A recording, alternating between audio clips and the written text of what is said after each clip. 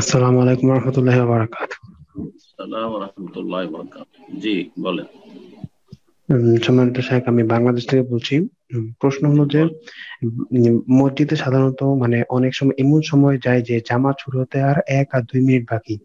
তো ওই ক্ষেত্রে তো আর হুম, তাহিয়াতুল মসজিদ নামাজ পড়া হয় না, বা বসা না ছাড়াও কোনো উপায় থাকে না। তো সেই ক্ষেত্রে হুম, হুম। কি করণীয়, কি করা উচিত? জাযাকুমুল্লাহু খাইরান।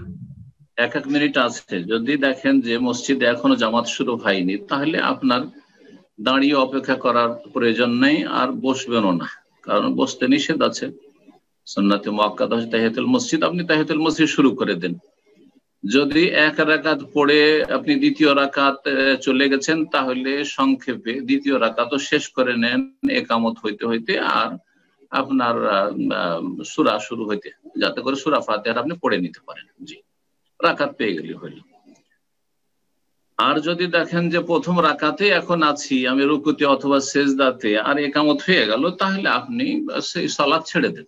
সেই সালাত ছেড়ে দেন আর ফরজে লেগে যান। কারণ রাসূলুল্লাহ সাল্লাল্লাহু আলাইহি ওয়াসাল্লাম বলেছেন, ইযা উকিমাতিস সালাতু ফালা সালাতা ইল্লাল মাকতুবা। যখন সালাতের একামত হয়ে যায় আর ফরজ সালাতের একামত হয়, তখন অন্য কোনো সালাত চলবে না, ফরজ সালাত ছাড়া ফরজে লেগে যাও, আর সেই সুন্নত বা তাহিয়াতুল মসজিদ যা পড়ছিলে ছেড়ে দাও।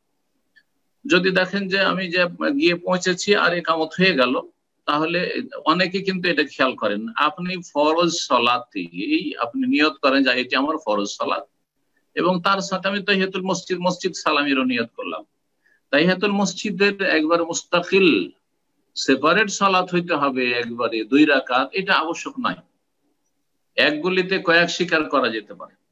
একজন লোক, শেখুল ইসলাম রহমতুল্লাহ বলছেন, একজন লোক প্রথম মসজিদে গেল উজু করার পরে, সেই ব্যক্তি 2 রাকাত তাহিয়াতুল উজু, আর তারপরে মসজিদে গিয়েছে বসবে, তো তাহিয়াতুল মসজিদ 2 রাকাত, আর তারপরে জোহরের ধরেন সুন্নাত আছে, তো সুন্নাত তিনটে আলাদা আলাদা সালাত পড়বেন না, একই সালাতে 3টি নিয়ত করবেন আপনি। আমি উজু করে আসলাম, এটি তাহিয়াতুল উজু।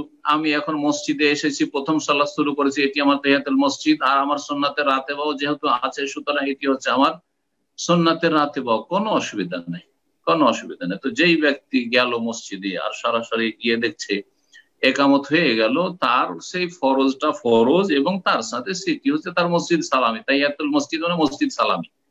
এটা কি আমাদের দেশের লোকেরা অনেকে ভুল করে বলে পরিভাষাটি দখুলুল মসজিদ। না, দখুল মসজিদ বলে কোনো নাম না হাদিসে আছে না ফিকহে আছে। তাহিয়াতুল মসজিদ, মসজিদ সালামি। জাযাকাল্লাহ।